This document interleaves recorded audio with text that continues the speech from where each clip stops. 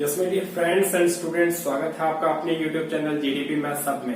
इस वीडियो में हम बात करने वाले हैं क्लास 10th की, जो आपके पास चैप्टर नंबर 3 है, pair of linear equation in two variables. देखो, ये चैप्टर सिर्फ क्लास 10th के बिहाफ पे इम्पोर्टेंट नहीं है। ये जो क्वेश्चन है, इस जो चैप्टर के क्वेश्चन आते हैं वो फर्स्ट ग्रेड, सेकंड ग्रेड और दूसरे जो कंपटीशन एग्जाम्स होते हैं उनके अंदर भी इसका यूज होता है। सो आपके लिए एक बेटर अपॉर्चुनिटी है स्टूडेंट्स। अगर आप इसको अच्छे से यहाँ से करके जाते हैं तो आगे आपको कंपटीशन एग्जाम के अंदर दिक्कत नहीं होती है। तो देखो, हम इसको स्टार्ट करते हैं, pair of linear equation in two variables. तो सबसे पहले हम जो स्टार्ट करते हैं वो लीनियर इक्वेशन क्या होती है। तो उसकी जो इक्वेशन है, आपके पास इक्वेशन क्या होती है, जो आपके पास एक ऐसा एक्सप्रेशन जिसके अंदर इक्वालिटी का सिंबल आ जाता है, इक्वल का सिंबल अगर इस एक्सप्रेशन के अंदर आ जाता है तो वो क्या हो जाता है, आपके इक्वेशन बन जाती है।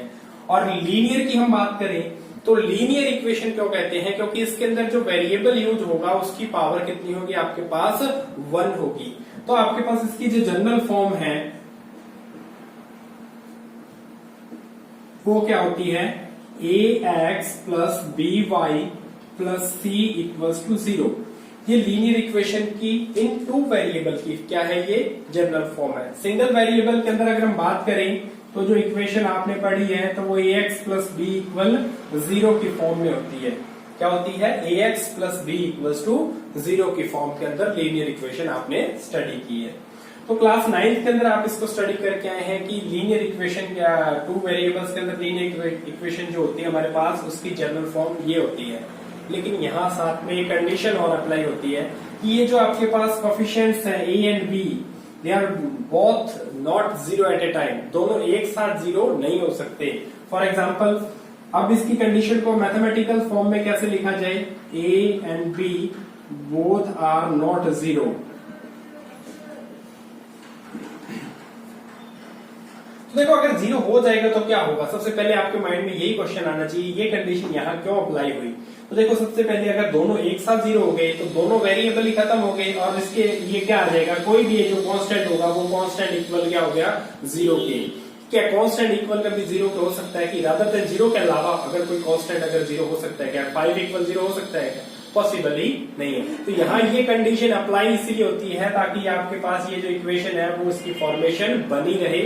और उसके लिए हमने कहा कि a and b both not are 0, both not 0, दोनों 0 नहीं है। तो इसको मैथ की फॉर्म में कैसे लिखेंगे, a square plus b square not equals to 0। यानी कि उनके दोनों का अगर स्क्वायर, मान लो हो सकता है इनकी वैल्यू पॉजिटिव एंड नेगेटिव हो जाए, इनका सम 0 आ सकता है, लेकिन इनका जो स्क्वायर का सम है वो कभी भी 0 नहीं आना चाहिए।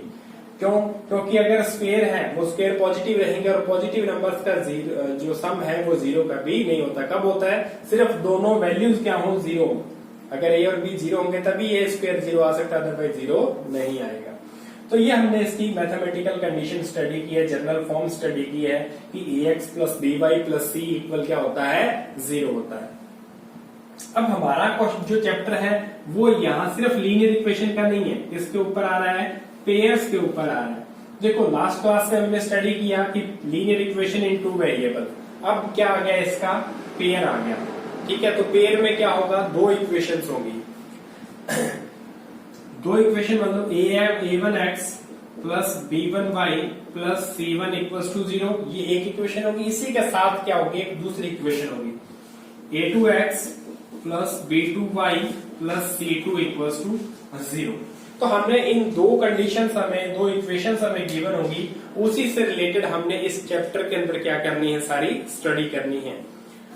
अब देखो, जो हमने इक्वेशन पढ़ी, अब इस इक्वेशन के सॉल्यूशन की हम बात करेंगे। अब जो इस टॉपिक में, इस चैप्टर में हमने करना क्या क्या है वो आपके माइंड में पहले से सेट होना चाहिए कि हमने ये इक्वेशंस पढ़नी है, इनकी फॉर्मेशन, लैंग्वेज इनको बनाना और उसके बाद इनका सॉल्यूशन हमने निकालना है। तो फॉर्मेशन आप इजीली कर सकते हैं लैंग्वेज के अकॉर्डिंग, उसमें कोई दिक्कत नहीं आती। सॉल्यूशन की हम बात करेंगे तो इनका सॉल्यूशन करने से पहले हम थोड़ा सा इसके सॉल्यूशन पे गौर करते हैं।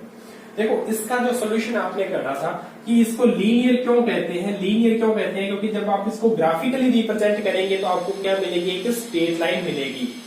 देखो, मान लो अगर आपने ये इक्वेशन ड्रॉ कर दी, ये आपके पास ax plus by plus c equal क्या आ गया, 0 आ गया। तो ये इक्वेशन जो है जो आपके पास एक लाइन की फॉर्म में क्या होगी, रिप्रेजेंट होगी। अब इसके सॉल्यूशन की हम बात करें तो इसके जो सॉल्यूशन होंगे वो एक्स वाई पॉइंट्स की फॉर्म में होंगे। एक्स वाई कोऑर्डिनेट जो होते हैं उस टाइप से पॉइंट्स की फॉर्म में होंगे। तो और इसके ऊपर तो बहुत सारे पॉइंट्स होते हैं और जो सॉल्यूशन होंगे वो आपके पास क्या होंगे, इनफाइनाइट मैनी सॉल्यूशन होते हैं एक लीनियर इक्वेशन के। ठीक है, अब इसमें से देखो आपके पास ये इक्वेशन है, ये जो सॉल्यूशन होता है वो उस इक्वेशन को सेटिस्फाई करता है। इसका जो सॉल्यूशन होता है वो इस इक्वेशन को सेटिस्फाई करता है। कैसे सेटिस्फाई करता है, जब आपकी जो भी इक्वेशन सॉल्यूशन की वैल्यू होगी जब आप इसमें पुट करोगे तो आपको क्या मिलेगा, राइट साइड वाला जीरो आंसर आ जाएगा, या कुछ भी और एक्सप्रेशन होगा कॉन्स्टेंटली जो आपके पास सॉल्यूशन क्या आएगा लास्ट में जीरो बन जाएगा। तो ये इक्वेशन को सेटिस्फाई करते हैं। तो यहाँ जो पॉइंट्स होते हैं वो लाइन के ऊपर होते हैं ग्राफ में, और इनफाइनाइट पॉइंट होते हैं एक लाइन पे। तो जो एक linear equation in two variable होती है उसके सॉल्यूशन भी कितने होते हैं, इनफाइनाइट मैनी सॉल्यूशन होते हैं। Infinite many solutions lies on line.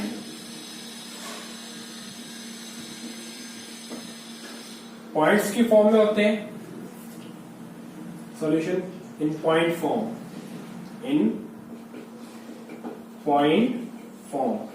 Point X Y की फॉर्म के अंदर इसके सॉल्यूशन होते हैं और इनफाइनाइट मैनी सॉल्यूशन होते हैं। अब देखो इनके सॉल्यूशंस की हम स्टडी करेंगे, जो हमने इस चैप्टर में करना है वो इनके सॉल्यूशन की स्टडी है। नेक्स्ट हम देखते हैं आपके पास जो पेयर ऑफ लीनियर इक्वेशन है टू वेरिएबल्स की, उसके अंदर आपके पास सॉल्यूशन होंगे किस टाइप से, उनके जो सॉल्यूशन हम करेंगे। तो देखो उसके लिए सबसे पहले आपके पास क्या होते हैं, दो मेथड इनके ऊपर अप्लाई होते हैं। तो सबसे पहले आता है ग्राफिकल मेथड,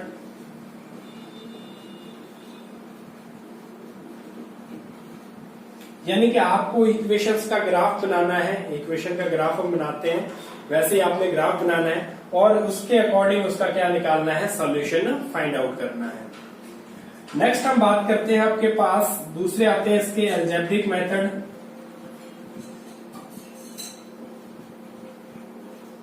अलजेब्रिक मेथड में हम ग्राफ नहीं बनाएंगे, सीधा आप उनकी जो वैल्यूज है इक्वेशंस है उनके अकॉर्डिंग हम उनको क्या कर लेंगे, सॉल्व कर लेंगे। तो इसके लिए आपके पास 3 मेथड्स हैं अलजेब्रिक मेथड्स। कौन कौन से, सबसे पहले आता है आपके पास एलिमिनेशन मेथड।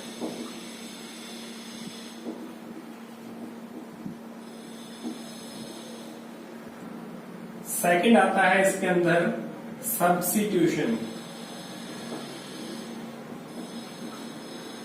और थर्ड आता है आपके पास क्रॉस मल्टीप्लाई। सो स्टूडेंट्स ये 3 अलजेब्रिक मेथड है, इसमें हम इक्वेशन का ग्राफ बनाए बिना सीधा ही हम क्या करते हैं, इक्वेशन से इनका सॉल्यूशन करते हैं। नेक्स्ट हम बात करते हैं आपके पास कि हमने इस जो आपके पास linear equations in two variable का जो पेयर है उसके सॉल्यूशन निकालने के तो मेथड देख लिए, लेकिन सॉल्यूशन होगा किस टाइप का वो हम देखते हैं। तो देखो सबसे पहले हम बात करेंगे कि एक लीनियर इक्वेशन को हम ग्राफ में ग्राफिकली मेथड था उसका थोड़ा सा हम देख लेते हैं, उससे आपको आइडिया हो जाएगा। तो देखो जब हम इसका ग्राफ बनाते हैं तो ये इक्वेशंस जो होंगी प्लेन के अंदर लाई करती हैं, और एक प्लेन के अंदर जो इक्वेशंस हैं वो आपके पास किस टाइप की बन सकती हैं उसी के डिपेंडेंट इनका जो आपके पास क्या निकलते हैं, सॉल्यूशंस निकलते हैं। तो देखो आपके पास सबसे पहले हम कंडीशन बात करते हैं कि दो लाइनें एक पॉइंट पे क्या कर सकती हैं, क्रॉस कर सकती हैं। ये आपके पास a1x plus b1y plus c1 equal है 0 के, ये लाइन फर्स्ट है, और a2x plus b2y plus c2 equal है आपके पास 0 के, ये लाइन है आपके पास L2। ये दोनों लाइनें, ये L1 है और ये L2 है। अब देखो ये एक ऐसा कॉमन पॉइंट है जो दोनों लाइंस को सेटिस्फाई कर रहा है, दैट मीन्स ये इसका आपके पास क्या है, सॉल्यूशन है। तो ये पॉइंट आपके पास इसके कोऑर्डिनेट आ गए एक्स वाई।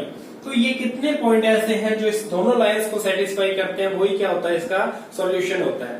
तो यहाँ सिर्फ एक ही पॉइंट है, तो इसके लिए आपके पास क्या आ जाएगा, एक यूनिक सॉल्यूशन आएगा। क्या आएगा इस कंडीशन में आपके पास, यूनिक सॉल्यूशन। सेकंड कंडीशन की हम बात करते हैं कि दो लाइन आपके पास क्या हो सकती हैं, एक प्लेन के अंदर पैरेलल चल सकती हैं। फॉर दो लाइनें जो आपके पास प्लेन के अंदर पैरेलल हो सकती हैं, लाइक जो आपके पास ट्रेन होती है, ट्रेन जो आपके पास ट्रैक जो चलते हैं वो दोनों क्या होते हैं, पैरेलल रहते हैं हमेशा कभी। तो उस टाइप की जो कंडीशन बनती है, या आपके पास जो पेज होता है, कॉपी का जो पेज होता है उसके अंदर जो लाइनिंग्स बनी होती हैं, उस टाइप से आपके पास ये हमारे पास क्या है, प्लेन में दो लाइनें पैरेलल भी हो सकती हैं। ये L1 है, ये L2 है, तो ये दोनों कभी किसी पॉइंट पे क्रॉस करेंगी क्या, पैरेलल है तो कभी क्रॉस नहीं करेंगी। उस कंडीशन में इनका क्या आएगा, नो सॉल्यूशन। क्या होगा उस कंडीशन में, नो सॉल्यूशन, कोई सॉल्यूशन इनका होगा ही नहीं, क्योंकि कभी क्रॉस ही नहीं करेंगी, कोई ऐसा पॉइंट ही नहीं आएगा जो दोनों के अंदर कॉमन हो, दोनों को सेटिस्फाई करे, तो कोई सॉल्यूशन नहीं होगा। नेक्स्ट हम बात करते हैं कि अगर मान लो एक लाइन ये L1 है और इसी के ऊपर आपके पास क्या है, दूसरी लाइन चल रही है L2। ये आपके पास L1 L2 दोनों लाइनें एक दूसरे के ऊपर लाई कर रही हैं, एक दूसरे को क्या कर रही हैं, एंगल कवर कर रही है, एक दूसरे को पूरा क्या कर लिया इन्होंने, कवर कर लिया। तो देखो आपके पास इस कंडीशन में जो पॉइंट इसके सोल्यूशन है, मान लो जो L1 का सोल्यूशन है वो L2 पे भी है, तो L2 का भी सोल्यूशन हो गया। जो दूसरे और सोल्यूशन है जो L1 के सोल्यूशन है, वही जो पॉइंट L1 के है वही पॉइंट क्या है, L2 के है। तो इस कंडीशन में एक लाइन के ऊपर कितने पॉइंट्स हो सकते हैं, इनफाइनाइट पॉइंट्स हो सकते हैं। तो इनके सोल्यूशन भी कितने होंगे, इनफाइनाइट मैनी सोल्यूशंस होंगे। तो क्या आ जाएगा, इनफाइनाइट मैनी सॉल्यूशंस। तो ये आपके पास क्या हो जाएंगे, इनके सॉल्यूशन के टाइप हो सकते हैं। यानी कि दो आपके पास जो पेयर है लीनियर इक्वेशंस का, उनके कितने किस टाइप के सॉल्यूशन निकल सकते हैं, उनका एक यूनिक सॉल्यूशन निकल सकता है, कोई सॉल्यूशन नहीं है, नो सॉल्यूशन आंसर आ सकता है उनका, या इनफाइनाइट मैनी सॉल्यूशंस उनके हो सकते हैं। तो स्टूडेंट्स ये आपके पास इस चैप्टर का बेसिक इंट्रोडक्शन है, चैप्टर 3 का। इसमें हमने ये स्टडी किया है कि लीनियर इक्वेशंस होती क्या हैं, उनके पेयर्स कैसे होते हैं, सॉल्यूशन का टाइप क्या होता है, और सॉल्यूशन हम कैसे फाइंड आउट करते हैं। ये सब हमने इस चैप्टर जो इस वीडियो के अंदर स्टडी किया है, और नेक्स्ट वीडियोस के अंदर हम इनका जो चैप्टर आगे है वो उसको हम स्टडी करेंगे।